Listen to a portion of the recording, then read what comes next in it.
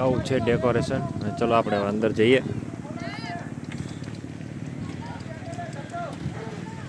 તો ચલો અત્યારે નાસ્તામાં છે, તમને દેખાડો શું છે. સાઉથ ઇન્ડિયન છે અત્યારે.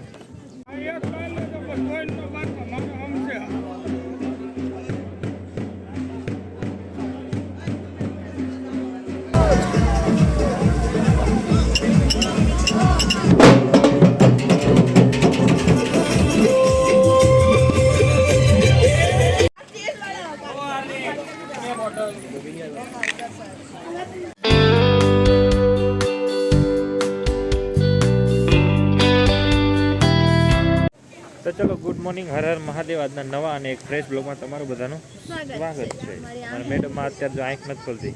મેં સવારમાં કાલ રાતે જે બસ લઈને અમે આવ્યા હતા જાનમાં, તો અત્યારે આવી ગયા છે. અહીં ફાર્મ હાઉસ રાખેલું છે, તમને હમણાં ફાર્મ હાઉસ દેખાડીશ કેવું છે. અને સવારમાં અમે પહોંચી ગયા, પછી નાયા ધોયા. અને આજનો અમારા બેનો લુક જો આવો છે. કેવો છે મેડમ? બરોબર, તડકો લાગે છે? મને સામે સૂરજ આવે છે. હા, તો આમ ઠંડ ફરી ગયું. તો અત્યારમાં જો અમે બે તૈયાર થઈને કમ્પ્લીટ થઈ ગયા છે. અંશભાઈ તૈયાર થઈ ગયા. અંશુ દેખાડતો તારો લુક શું પહેર્યું? નાખ દઈ જશે. શું લીધું? નાખ દે ઘડી. અહીં આય ઓરો આય. બધા ફ્રેન્ડ્સને શું કહેવાનું છે? એમને હર હર મહાદેવ એમ બોલે.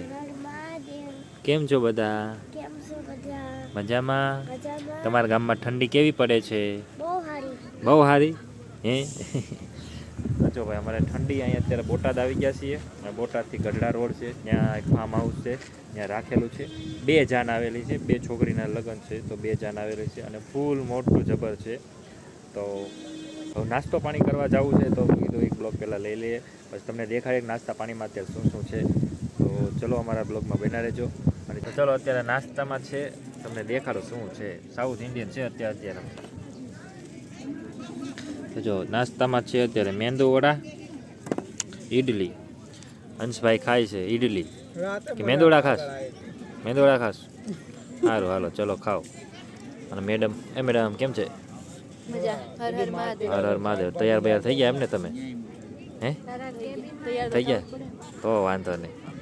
તો ચલો જો અત્યારમાં નાસ્તો છે ઈડલી વડી અને મેંદુ વડા. કેવું છે કાકી? સારું ને? હા, નાસ્તો બાસ્તો કર્યો, નાસ્તો કર્યો. ડિસ્કો કરવાનો હને કે નથી કરવાનો? થાકી ગયા કાલ રાતે કહ્યું એમાં? તો વાંધો નહીં. તો ચલો અત્યારે જો નાસ્તો કરી લઈએ, પછી તમને બધાને મળીએ. હમણાં તમને આગળ દેખાડું ડેકોરેશન ને બધું કેવું કરેલું છે.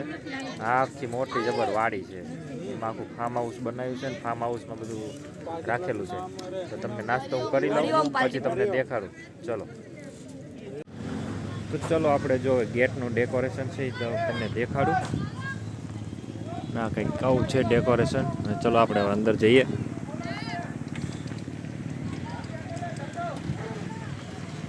તો આ છે અમારા કિંજલના ભાઈ અને એના ભાભી, પહેલી જાન, અને આ બીજી જાનના છે.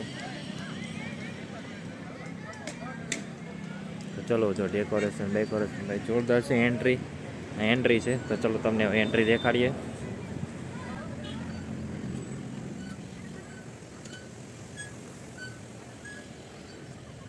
એન્ટ્રીમાં આવતા તે ગણપતિ દાદા મોર્યા. ચલો ગણપતિ દાદાને પગી લાગી લઈએ. જય ગણપતિ દાદા.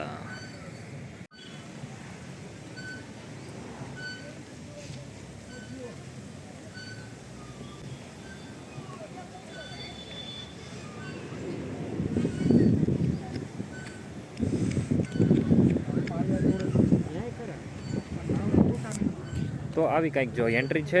તો ચલો હવે આપણે આગળ જઈએ. આ જે ગેટ છે, ગેટથી હવે આખું આ વિશાળ મોટું આખું ફાર્મ હાઉસ છે. આ ડેકોરેશન માટે જોરદાર લગાવેલું છે. તો ચલો હવે તમને અંદર જઈને દેખાડું કેવું છે કેવું નહીં. તો ચલો અહીંયા જો લગ્ન માટેના મંડપ શણગારી નાખ્યા છે. એક જાનના, બીજી જાનના, અને કંઈક આવો માહોલ છે. હજી તો ખાલી છે. અને પાર્ટી પ્લોટ છે ને, ઓમ પાર્ટી પ્લોટ જેવું કંઈક નામ છે, ગઢડા રોડે છે.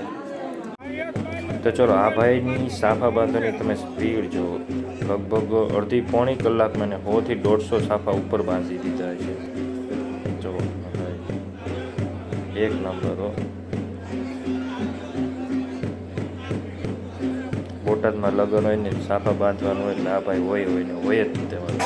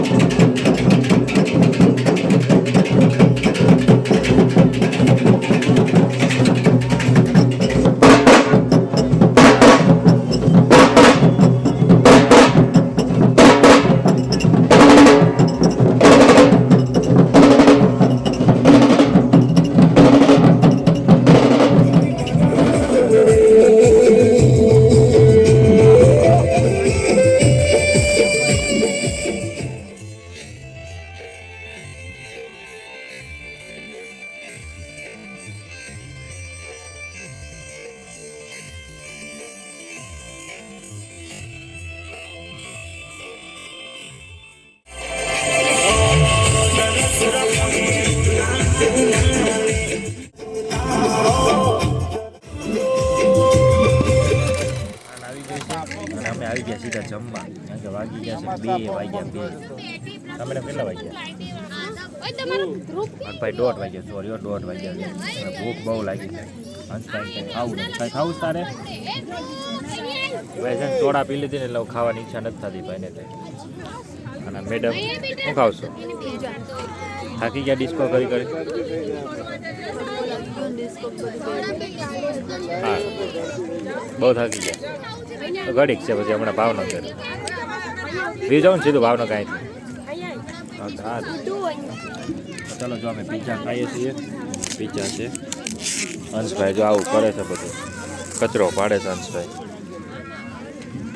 રમે છે. તો ચલો પિઝો ખાઈએ ને ટેસ્ટ કરીએ.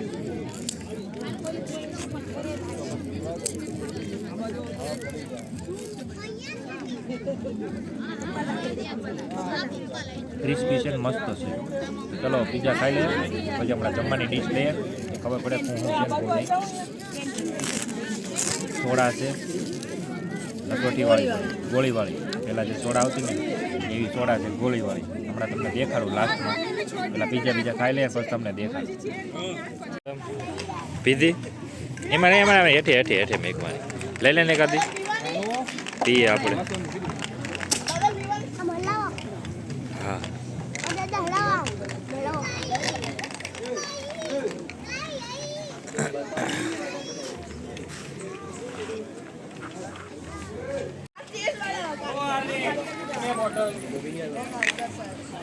ગોળીવાળી